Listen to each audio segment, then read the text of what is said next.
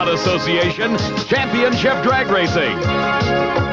The 1986 Springnationals. Speeds in excess of 265 miles an hour. Covering the quarter-mile distance in less than 6 seconds. Drag racing from the NHRA. Welcome to Columbus, Ohio, a thriving metropolitan area of over 1 million people.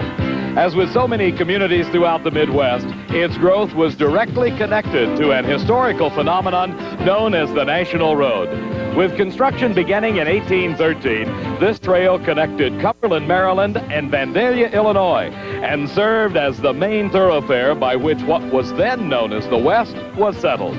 With the coming of the automobile, the National Road became U.S. Highway 40, but it still retained some of the notable features of its predecessor, such as the famous S Bridge near Zanesville, Ohio.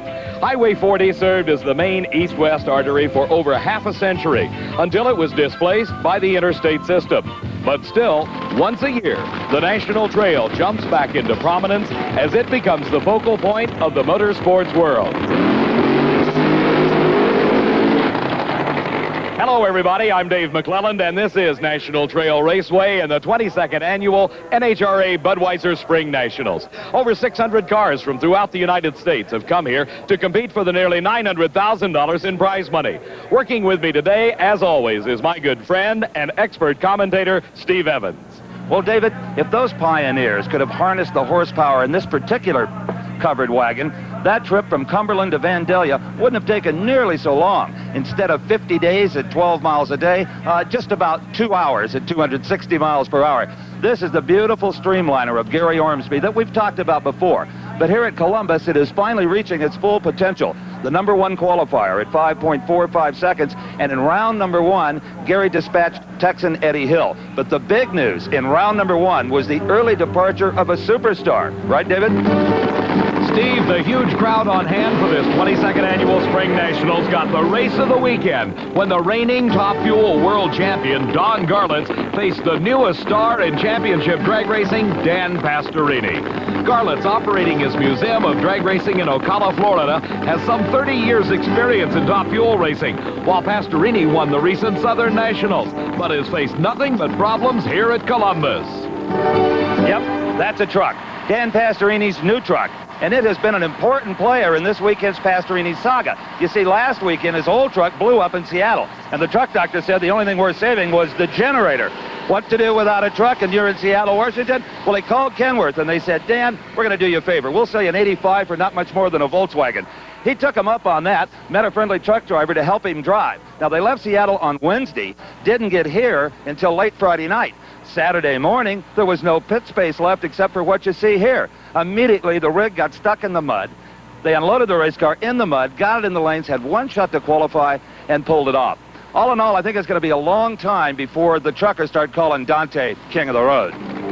Steve, that one qualifying attempt was enough. Pastorini got in the program in the number 11 spot. As the two cars came to the starting line, we saw a classic example of old versus new, with Pastorini's car representing the more conventional and Garlits' new streamliner reflecting the new 270-mile-an-hour look. But when the green light came on, there was to be no 270-mile-an-hour run for Garlits today, as he lost traction, which put Pastorini ahead to stay. Great reflexes at the start, great performance from the car, 5.69 seconds at a slowing 234 miles an hour. As we watch again, you can see Pastorini gain the advantage off the line and see the traction problems that plagued Garlits. While the world champion was trying to stop the tires from spinning, Pastorini was extending his lead until at the end of the quarter-mile track, he had more than a full car-length margin. For the beleaguered Pastorini, a satisfying win. After what you have been through the past few days, this has got to feel very good. I'll tell you what, I got a friend of mine that helps us out in this car, Larry Enderley. He's in the oil business, and you know how the oil business is right now. He says the impossible takes 15 minutes longer, and that's exactly what we've done. We've just taken the time to do things right. The guys have done a great job preparing the car, and it shows. The results are there. And you're a pressure player. You didn't even get here till yesterday morning. I like those fourth downs. For 569? Not bad. Not bad. The car left real well. It shook a little bit, but everybody's having trouble with shake. We'll fix that in the clutch, and we'll be ready next time. Okay. Pastorini got a congratulatory hug from his wife Beverly, while Steve caught up with Don Garlits. Just not enough racetrack? I don't know. Herb said it struck the tires from where it's at. I don't know. I know we talked out on the racetrack when you were selecting lanes. Maybe the other lane? Who knows? I don't think there was a lot of difference in the lanes. I think it was just a combination of the car and the conditions. Well, the team that wins here today may be the most adept at their clutch. That's going to be a key element in this race. Yeah, and they shouldn't have too much power. It should be a situation where maybe the power's down a little bit. Sorry to see you out so early. Okay. Garlits out of competition at the end of the first round of racing. The 1986 Springnationals is being brought to you by Budweiser. For all you do, this Bud's for you. And by Ford. Have you driven a Ford lately? And by Goodyear Eagles. You either have Goodyear Eagles or you need them. In the pit area, longtime friends and competitors Don Garlits and Connie Coletta enjoying a moment of relaxation. Garlits obviously happier than he was a few minutes ago. With National Trail Raceway near Columbus, Ohio, we're ready for the second round of Top Fuel Eliminator. These kings of the sport with engines over 2,500 horsepower cover this quarter mile at over 260 miles an hour. Ray Stutz from California, doing the burnout to heat the tires to provide him some traction. Here's his competitor in the second round race. This is Jody Smart. As we have seen before, driving one of these cars is a very complex process. But when they come to National Trail, they find the track presents yet another challenge. In this part of the country, this could be a freshly plowed field awaiting a second planting of soybeans. But it's not. It's the sand trap at the end of a rather short National Trail Raceway, and its purpose is to catch errant race cars. It's really more gravel than sand, varying in depth from about 6 inches to 3 feet. Now, just past the sand trap is a breakaway fence and then Refugee Road, which the local constabulary closed down anytime the hot stuff is running. And across the street is Herb White. Now, he's never had a visiting race car, but he must have had a premonition, because this year he moved his garden.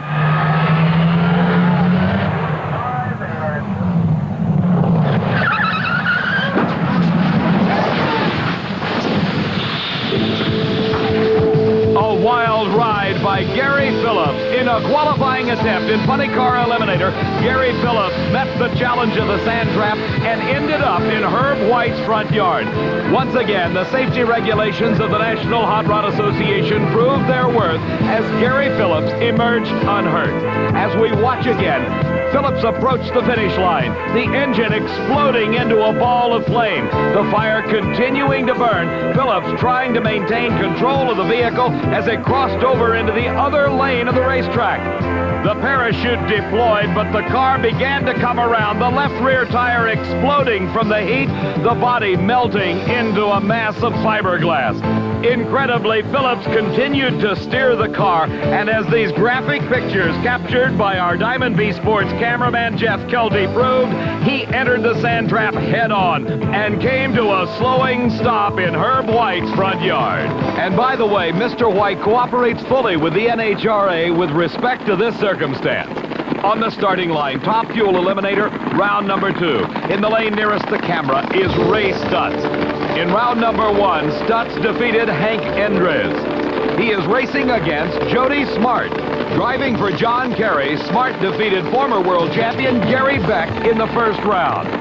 It was this car, driven then by Bill Mullins, that you saw take the championship at the Springnationals just 1 year ago. Now, Jody Smart is in the cockpit.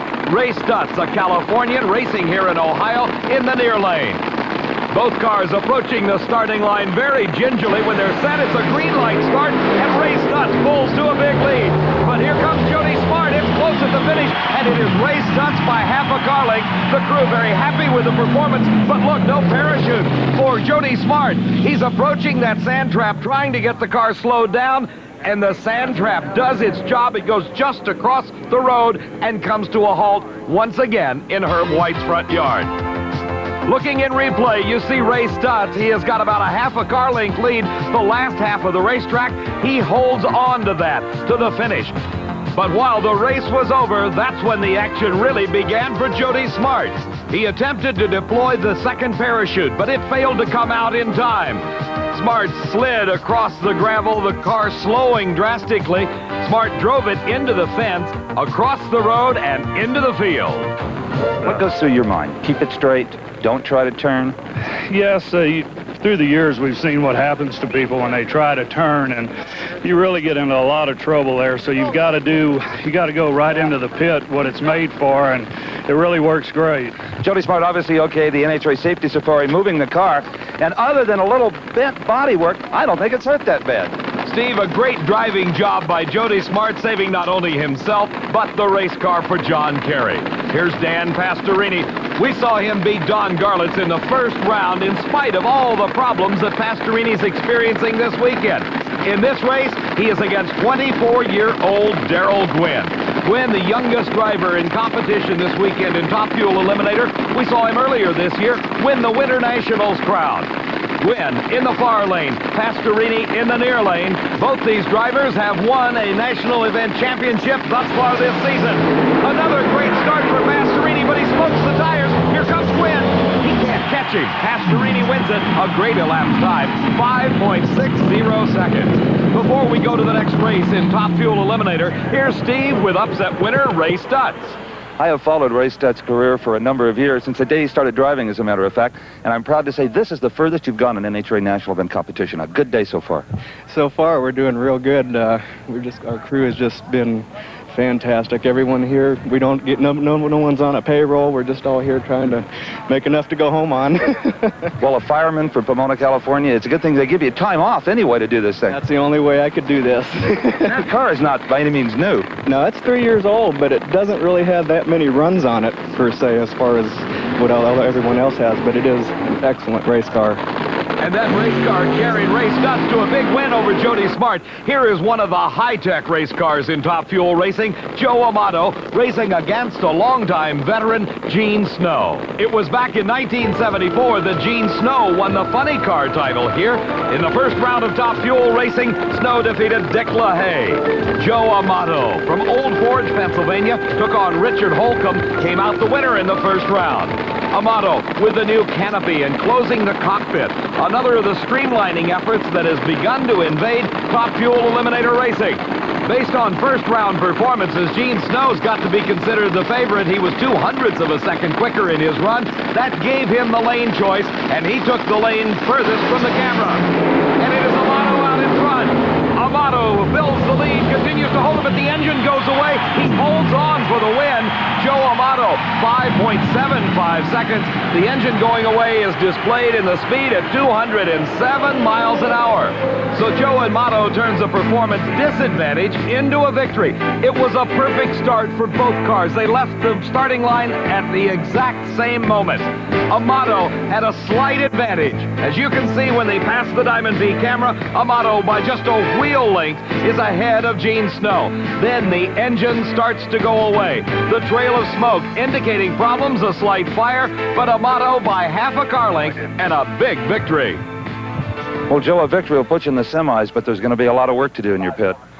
Well, Steve, we're lucky the car nosed over about 1,000 foot. And he was right there, but the motor just had enough momentum and it made it over the finish line ahead of his. But we got the parts. We can fix the car. Joe Amato and his crew chief Tim Richard, lots of work staring him in the face before the semifinal round. But as the crowd looks on from atop the sponsor suite building here at National Trail, they see one of the true veterans in the sport, Connie Coletta, approaching the burnout area. There's a big puddle of water there. Coletta rolls through, wets his tires, and hits the throttle. The tires begin to spin and smoke. That means they're actually burning rubber, putting down a track of rubber on that starting line, providing great traction. And here, of all the pioneers that came to compete on this day at the National Trail Raceway, is the man that had the quickest little covered wagon of them all. This is Gary Ormsby. His Super Streamliner, recording an elapsed time of 5.45 seconds, came in the #1 qualifier. Last year, in a conventional car, Ormsby finished 5th in the world. 48-year-old veteran Connie Coletta, number 3 in the world last season, is lucky to be here at all today. In Top Fuel qualifying, Coletta exploded an engine. A huge fireball, parts coming off the car, Coletta struggling for control. The parachute comes out and helps to slow the car, along with a huge disc brakes. Coletta bringing the car to a safe stop. But the damage was extensive. As Coletta looked over what remained of his 2,500 horsepower engine, he found that damage was extremely severe. The supercharger gone, complete destruction of that engine. Coletta and his crew, headed by son Scott, worked diligently overnight, replaced the parts, Coletta defeating Chris Karamessinis in round number 1 to earn the right to face the low qualifier, Gary Ormsby, here in the second round of Top Fuel. And Ormsby smokes the tires. Coletta gains a slight advantage. Can he hold on to it? He does. It is Coletta by half a car length, and Gary Ormsby's Streamliner goes down to defeat as he smoked the tires off the starting line. Coletta with a 5.70 seconds, his speed 243 miles an hour, just enough to win the race, and that's what counts. As we watch again, you can watch in the far lane as the tires begin to spin and the smoke comes off of them for Gary Ormsby. Here in the near lane, it is Connie Coletta pulling ahead by nearly a car length at this point, but the fast-closing Streamliner almost pulls it out for Ormsby. Coletta is ahead by just inches at this point, continues to hold on, and wins it. Well, that blower explosion in qualifying, that's a distant memory now. Expensive one yet. Connie Coletta goes to the semis. Who'd have thought it after his problems in qualifying? Who would have thought it, Steve? And Coletta and his crew, hard workers that they are, earned their right to the semifinals where they'll race against upset-minded Dan Pastorini. Pastorini with the lane choice. The other pairing in the semifinal round finds the surprising Ray Stutz against Joe Amato, and Stutz has lane choice. We'll be coming right back for more action from the Springnationals.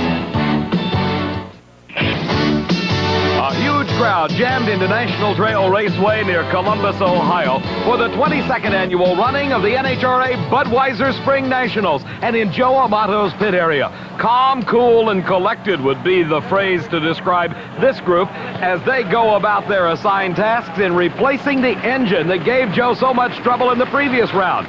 In Dan Pastorini's pit area, it looks like he may have his troubles a bit better under control. The crew going about their chores very calmly as they are getting ready for the semifinal race against Connie Coletta. On the starting line, the funny cars have come to life, and it is the number 1 qualifier, Mark Oswald, in the Candies and Hughes Special.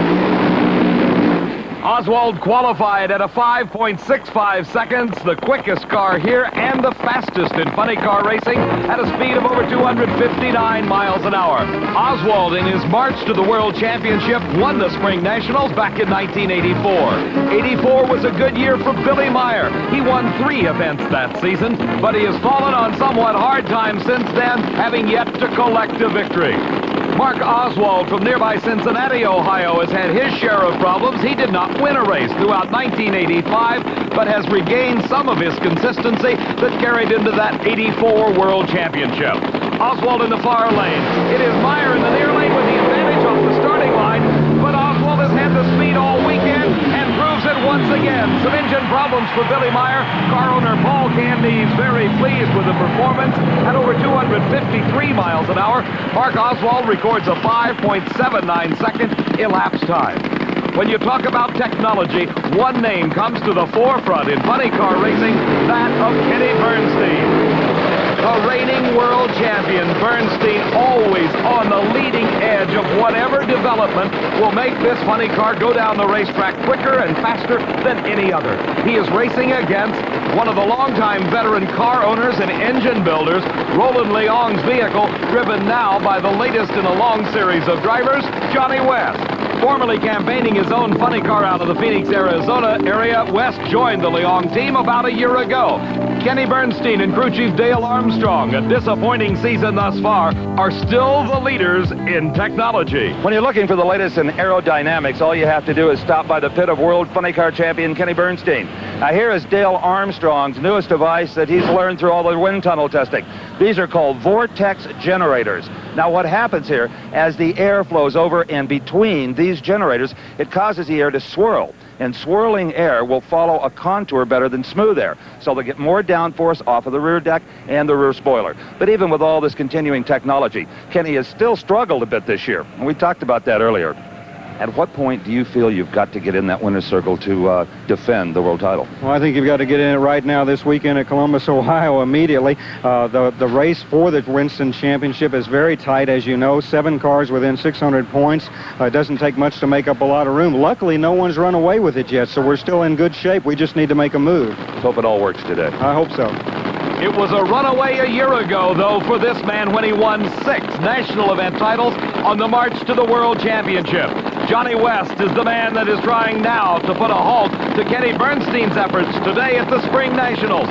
These drivers encased in the fiberglass bodies are concentrating on the starting device known as the Christmas tree. And it's a great start for Bernstein as West was very late.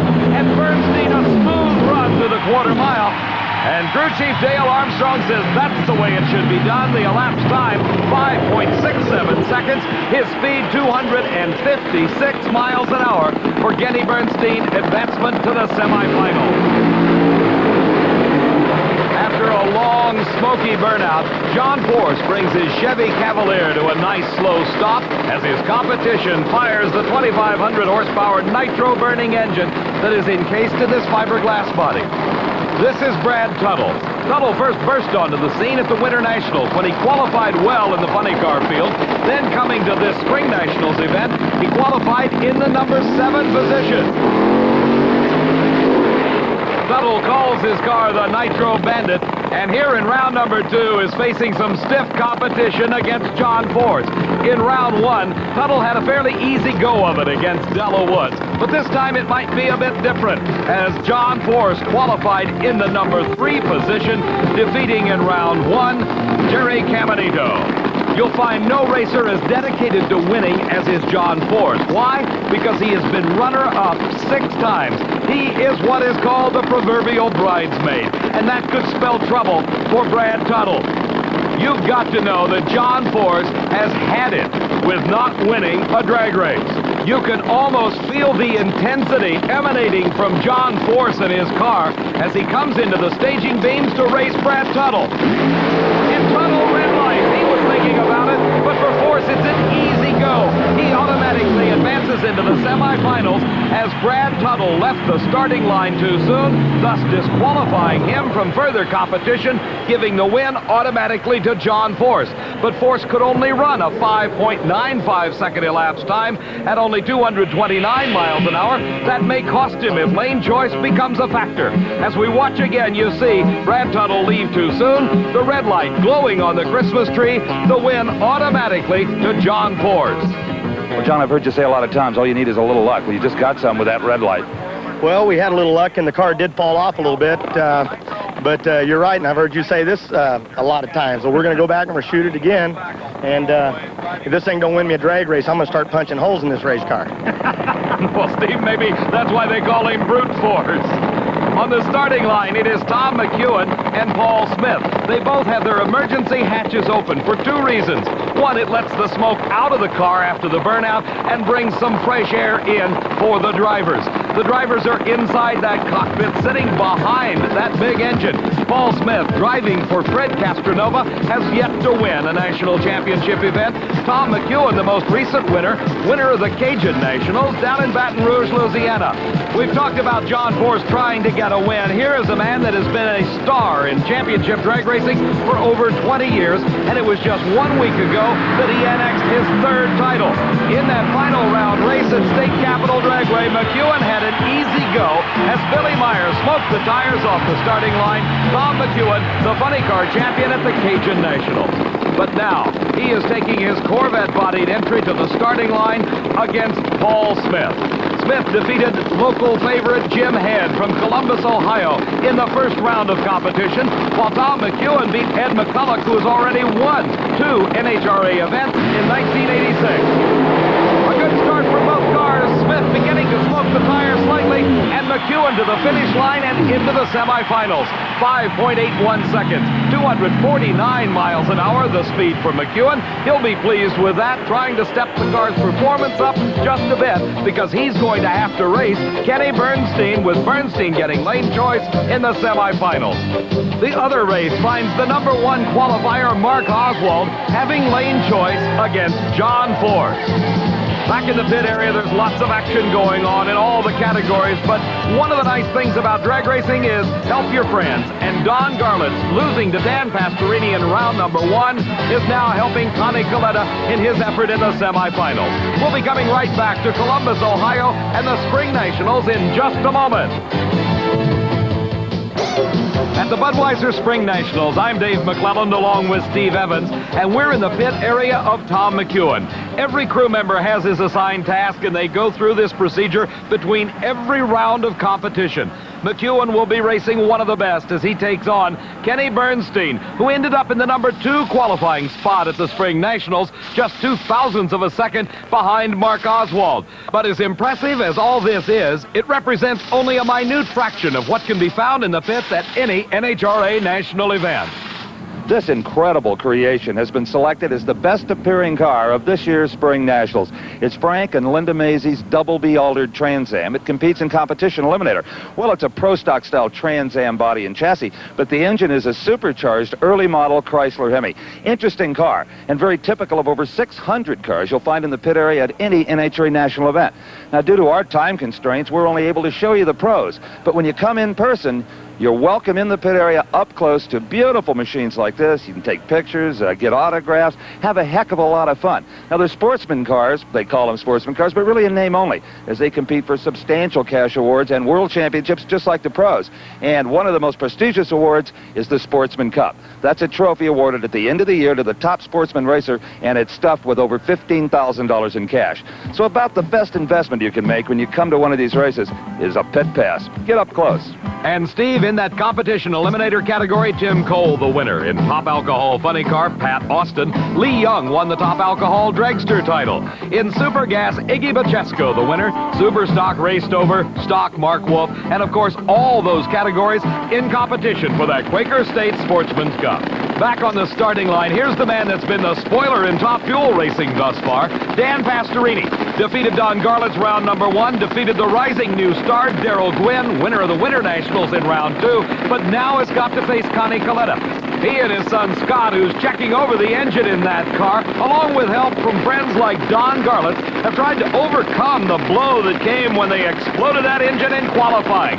They gave up lane choice to Pastorini, who was 1/10 of a second quicker in the previous round. Pastorini and Coletta, both cars now staged. And Coletta leaves at the flash of green. The smoke off the tires for Pastorini. He's got traction problems, but Coletta puts it all together in a brilliant run. 5.61 seconds. His speed over 253 miles an hour. And Connie Coletta moves into the finals. Pastorini, his day is over. We watch the start once again. And it is Coletta in the far lane. You see the car move just an instant before Pastorini, but then the tires up in smoke for Dan Pastorini. He knows his day is over, but he still tries to catch the fleeing Connie Coletta. Who would you rather race in the finals, Stutz or Amato? I love to race Joe. Tim Richards is a good old man. I just love to beat him. We'll look forward to it if it happens. Okay, thank you. Let's go back to the starting line. Steve, Connie Coletta is obviously enjoying his day at the Spring Nationals. As Dan Pastorini, what more can we say about this man? He comes over to congratulate the winner, Connie Coletta. Not a single person has moved out of the grandstand because they know the next race could be a close one. It is Ray Stutz, the surprising Ray Stutz, making it to the semifinals against Joe Amato.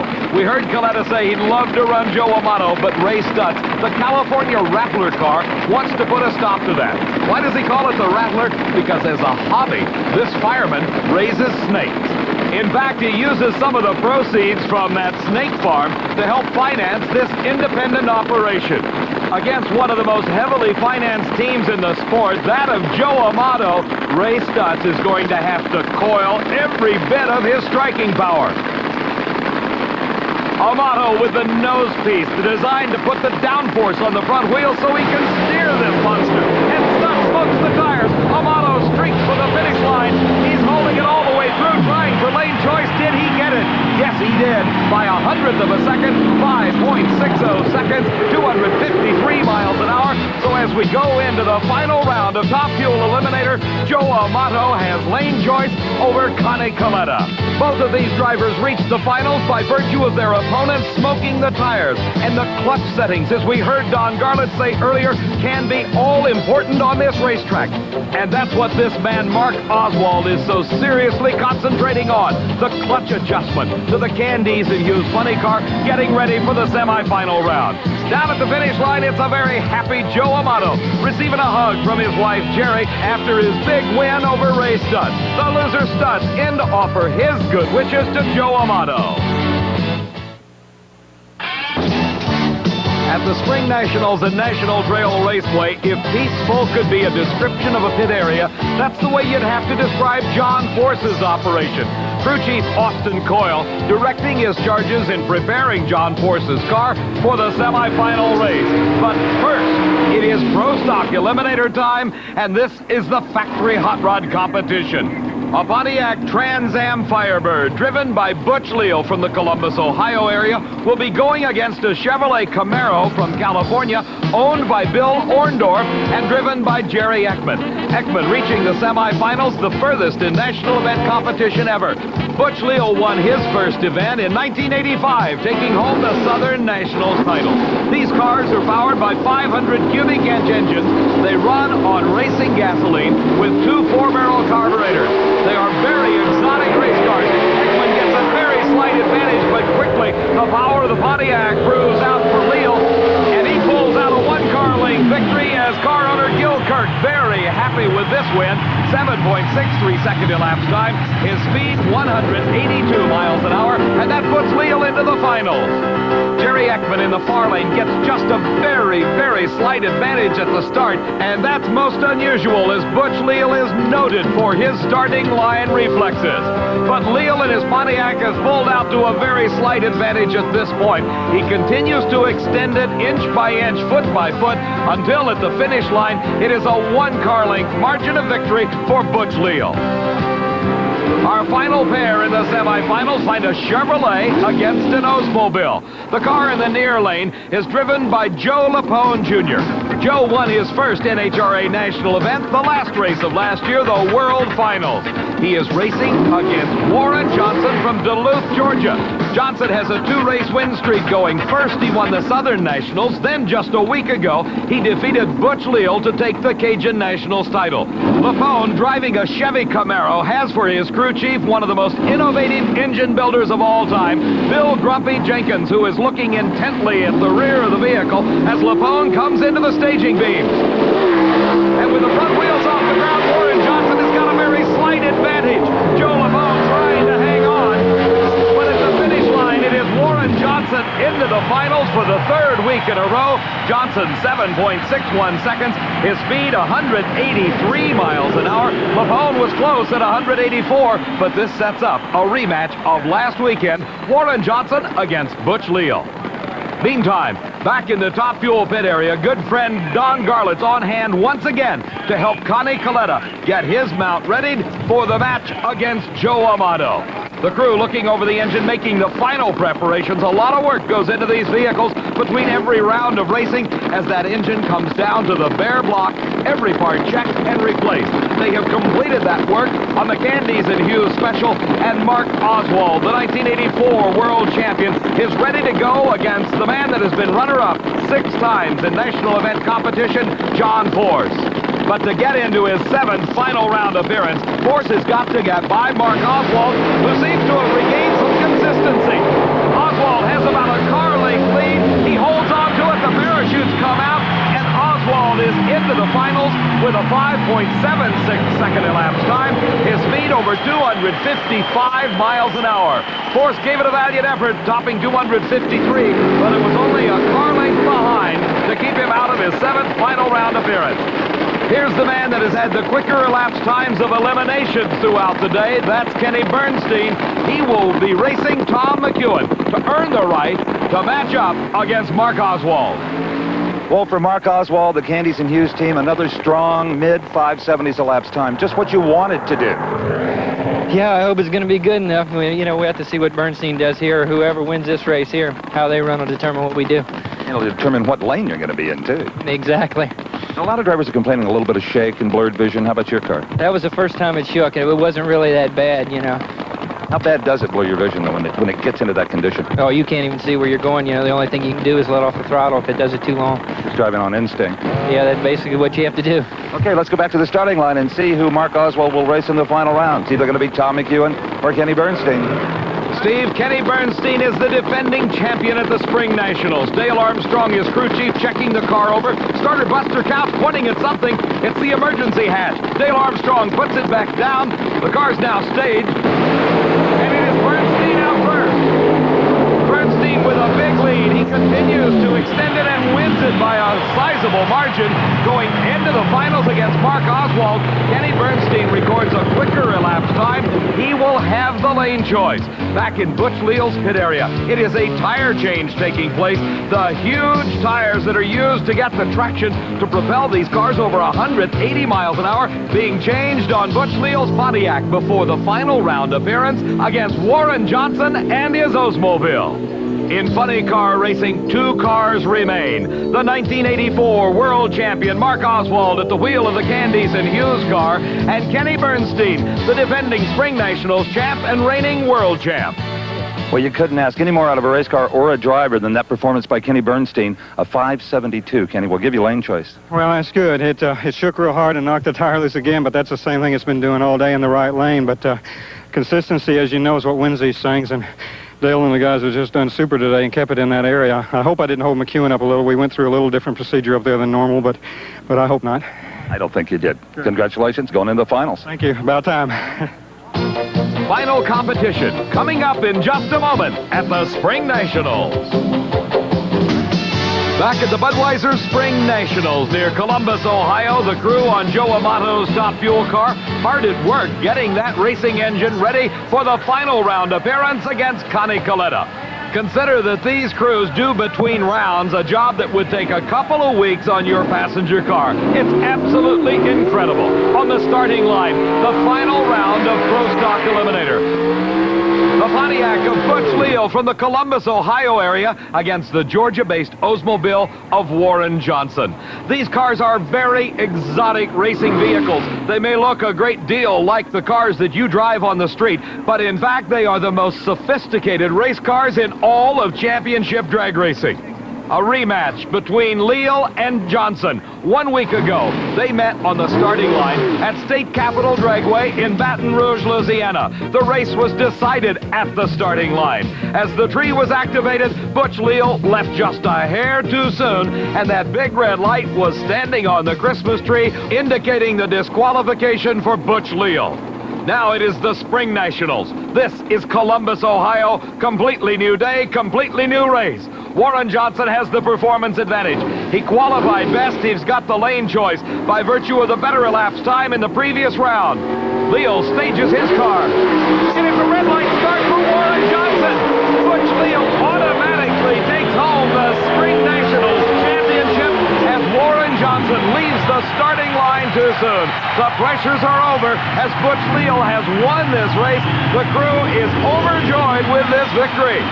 Butch Leal, 7.61 seconds. His speed over 182 miles an hour. But back at the starting line, the sound you hear is that of nitromethane power.